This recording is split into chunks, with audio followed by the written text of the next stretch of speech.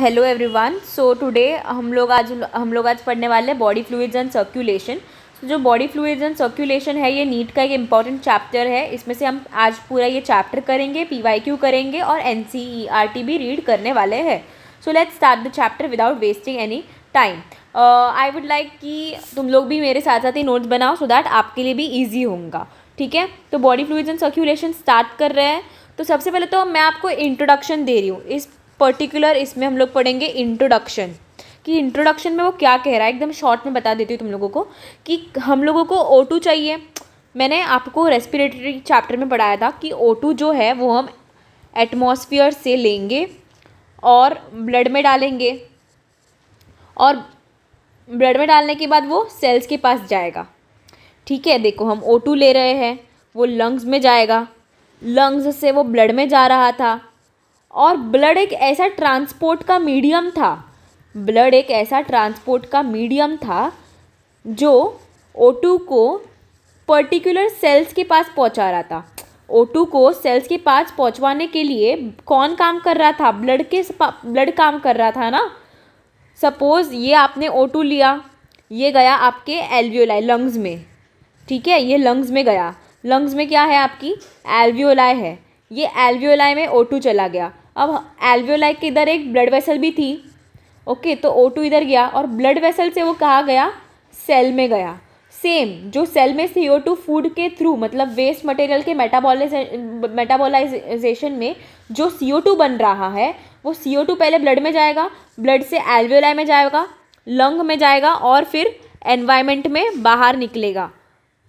ठीक है, नॉस्ट्रिल्स के थ्रू। तो यही प्रोसेस हो रहा है। तो ये O2 और CO2 को सेल से अंदर भेजने में और सेल से बाहर आने के बाद ब्लड वेसल ही काम कर रही है। अपार्ट फ्रॉम इट, आप जो फूड ले रहे हो उसके इम्पॉर्टेंट न्यूट्रिएंट्स है, ये सारे सेल्स तक कैसे पहुंचेंगे? With the help of blood only. Suppose आपने फूड माउथ से ले लिया, माउथ से लेने के बाद आप लोगों ने फूड स्टमक में गया, स्टमक के बाद इंटेस्टाइन। इंटेस्टाइन में क्या होता है? एब्जॉर्प्शन। एब्जॉर्प्शन मतलब क्या? फूड जो है वो ब्लड में जाएगा और ब्लड से हर एक सेल में जाएगा, और फिर वो सेल उस फूड के छोटे छोटे टुकड़ों को और मेटाबोलाइज करेगा और क्या जनरेट करेगा? एनर्जी। तो आई थिंक एक ब्लड एक ऐसा ट्रांसपोर्ट मीडियम बन चुका है बॉडी में जो हर चीज़ ट्रांसपोर्ट करा रहा है, ठीक है, तो आप लोगों को ये समझ गया। ये सब तो सिर्फ इंट्रोडक्शन दे रही हूँ मैं। ठीक है, तो देखो कुछ एनिमल्स जो है, जो आपको अभी एनिमल्स के बारे में भी थोड़ा पढ़ना पड़ता है। तो ऐसे सिंपल ऑर्गेनिजम्स जो है हमारे पास, जो सिंपल ऑर्गेनिज्म है, कौन से हैं सिंपल ऑर्गेनिजम्स लाइक स्पॉन्जेस, ठीक है, एंड सिलोमेट्स, सिलेंट्रेट्स। इनके पास ऐसे ब्लड वगैरह कुछ नहीं होता। ये simple circulate water from their surrounding, they circulate water and water act as a transport medium. But in humans, हम जैसे ह्यूमंस में blood act as a transport medium. तो in humans we have two blood and lymph. This both act as a transport medium. Are we clear till here? The blood and the lymph both act as a transport medium. ठीक है, अभी आपको इतना introduction समझ गया। अभी तक हम लोगों ने वही पढ़ा, ह्यूमंस में ब्लड होगा और लिम्फ होगा।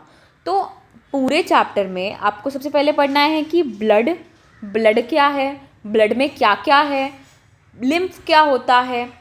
तो आपको बेसिकली चैप्टर में पढ़ना है ब्लड, आपको पढ़ना है लिम्फ। ब्लड में क्या क्या होता है, लिम्फ में क्या क्या होता है, how blood circulate, function of heart. So you are all going to study about these topics in this chapter. So are you ready with me to start the further chapter? Okay, so let us start with an important topic, blood. ठीक है, अभी आप मेरे साथ notes बनाते रहिएगा क्योंकि ये नोट्स बनाना भी बहुत इंपॉर्टेंट है। तो नोट्स बनाओ और साथ साथ में NCERT भी खोल के रख दो, मतलब आपको समझ जाएगा कि मैम कहाँ से कैसे जा रही है, ठीक है। तो अभी ब्लड, तो सबसे पहले जो ब्लड है ना, ये फॉर्म कहाँ हो रहा है, where is this blood form, मतलब कहीं पे तो एक जगह होगी ना जहाँ ये ब्लड फॉर्म हो रहा है, of course in the bone marrow. कहाँ फॉर्म हो रहा है, बोन मैरो में। और ब्लड के स्टडी को हम क्या बोलते हैं, study of blood is known as haematology. Very introduction part है ये। Study of blood is known as haematology. And process of formation, मतलब ये बोन मैरो में फॉर्म हो रहा है, process of formation of the formation of blood is what we called as hemopoiesis. Okay,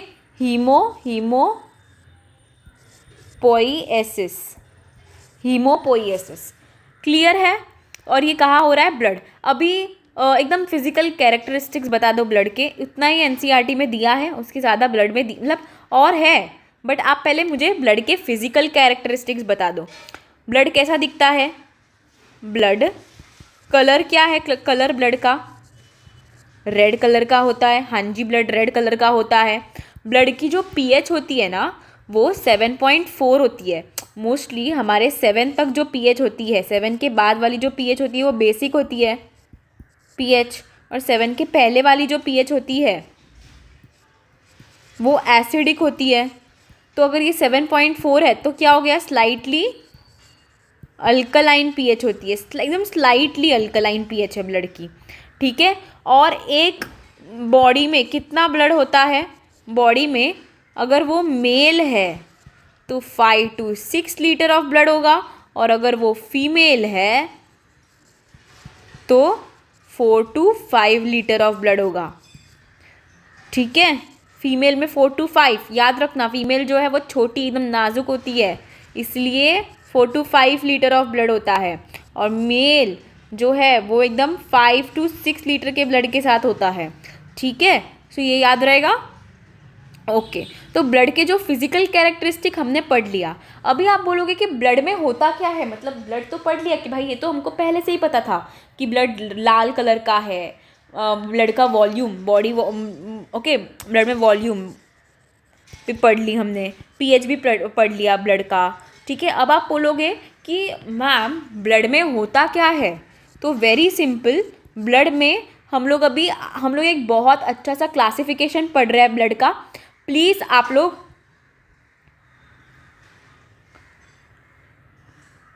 लोग थोड़ा नोट करिए क्लासिफिकेशन को मेरे साथ साथ, ठीक है। तो ब्लड जो है ये 55% जो ब्लड होता है वो क्या होता है, प्लाज्मा। एंड जो बाकी का 45% ऑफ ब्लड होता है वो क्या होता है, सॉलिड पार्ट, या इसमें क्या होता है, सेल्स होते हैं, ठीक है। ये सेल्स हो गए ब्लड के, और ये हो गया प्लाज्मा। सेल्स में क्या आ गया, RBC, WBC, इन सब के बारे में हम पढ़ने वाले। अभी आप बस ये क्लासिफिकेशन का टेबल्स बना लो। ये सारे सेल वाला पार्ट हो गया, मतलब इसमें सारे सेल आ गए। ये WBC, RBC and platelet, corpuscles आ गए इसमें सारे, ठीक है। और इसमें ना ये लिक्विड पार्ट होता है, ये लिक्विड पार्ट होता है। तो जो ब्लड है उसके दो पार्ट हो गए, एक सॉलिड पार्ट हो गया, एक लिक्विड पार्ट हो गया। लिक्विड पार्ट में आ गया प्लाज्मा, सॉलिड पार्ट में आ गया WBC, RBC, प्लेटलेट। अभी प्लीज़ मेरे साथ साथ नोट करना, नीट में ये जो परसेंटेज वैल्यू है ये बहुत इंपॉर्टेंट है। आपको याद रखना है कि ज़्यादा अमाउंट में कौन होता है, लिक्विड। कितना होता है, 55% क्या होता है, लिक्विड होता है। 45% क्या होता है, आपका सेल वाला पार्ट होता है, ठीक है। तो इतना समझ गया ना ब्लड का। अभी हम लोग आके ब्लड के जो ये क्लासिफिकेशन है इसको और क्लासीफाई करते हैं। तो हमें सबसे पहले पढ़ना है ब्लड का plasma, okay. Plasma of blood, plasma of blood, मेरे साथ साथ नोट्स बनाते जाना प्लीज़। तो प्लाज्मा ऑफ ब्लड जो हम पढ़ रहे हैं उसमें हम लोगों को क्या पढ़ना है, यस। अभी देखना, प्लाज्मा जो है ना इसको हम कैसे क्लासीफाई करेंगे। जो प्लाज्मा है it is divided into 90 to 92% जो प्लाज्मा है, 90 to 92% ऑफ प्लाज्मा क्या है, water. Simple, 90 to 92% of plasma is water. तो आप बोलोगे बाकी का 8 से 10% क्या है, सेल्स तो नहीं होगा, बस ये सॉलिड पार्ट है, क्योंकि सेल वाला पार्ट तो 45% में है। ये प्लाज्मा ऑफ द ब्लड जो 55% ऑफ द प्लाज्मा था, तो ऑफ ब्लड, ओके, ये है प्लाज्मा। इसके बारे में अभी हम पढ़ रहे, तो जो 90 to 92% ऑफ प्लाज्मा है वो है अपना पानी, और जो 8 से 10% है वो सॉलिड। अभी सॉलिड में भी we have inorganic to organic part, inorganic to organic part. अभी इनऑर्गेनिक पार्ट क्या हो गया,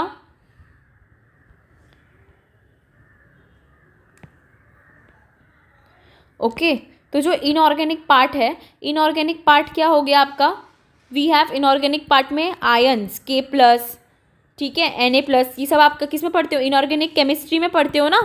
तो इनऑर्गेनिक पार्ट यही है, Mg+2, Ca+2, HCO3-, ये सारे आयंस दिखेंगे आपको, okay.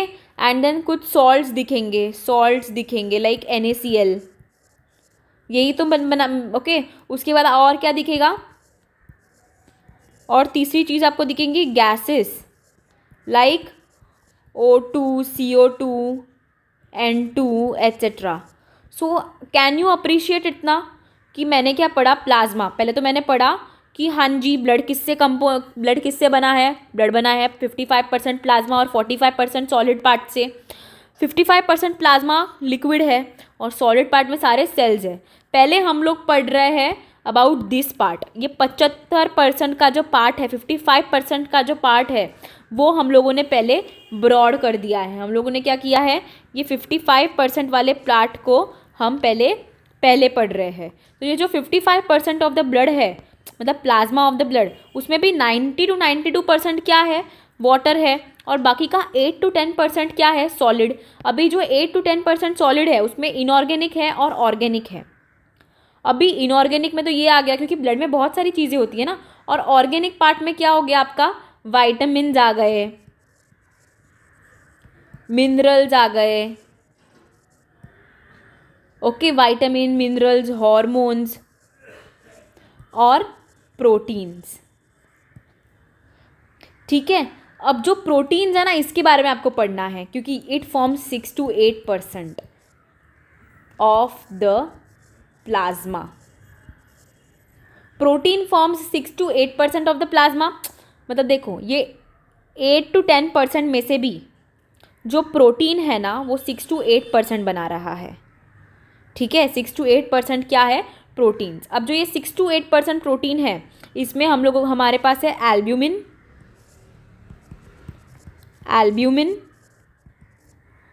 Globulin, prothrombin,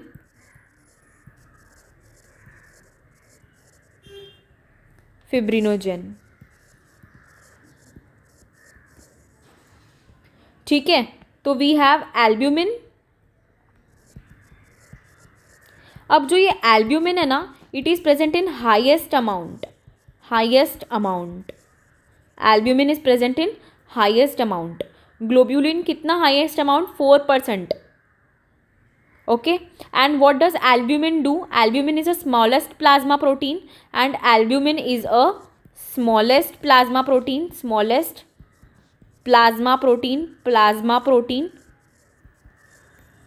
and it maintains, function क्या है albumin का, maintain,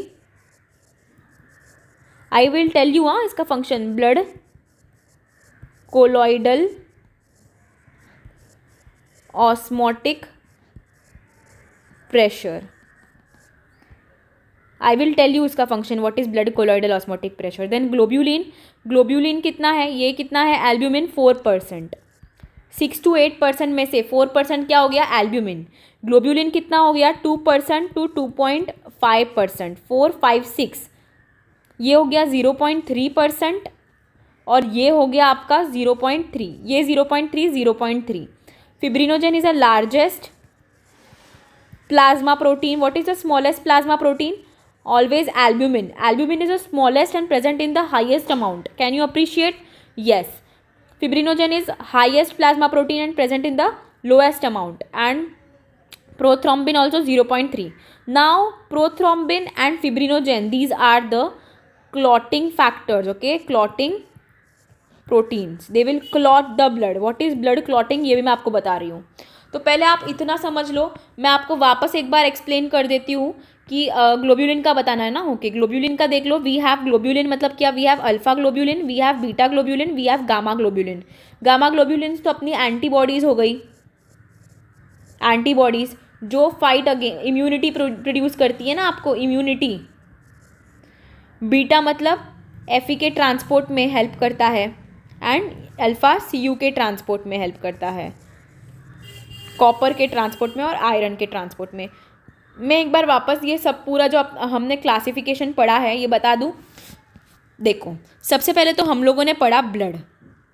ठीक है, सबसे पहले तो हम लोगों ने क्या पढ़ा, हम लोगों ने सबसे पहले पढ़ा ब्लड.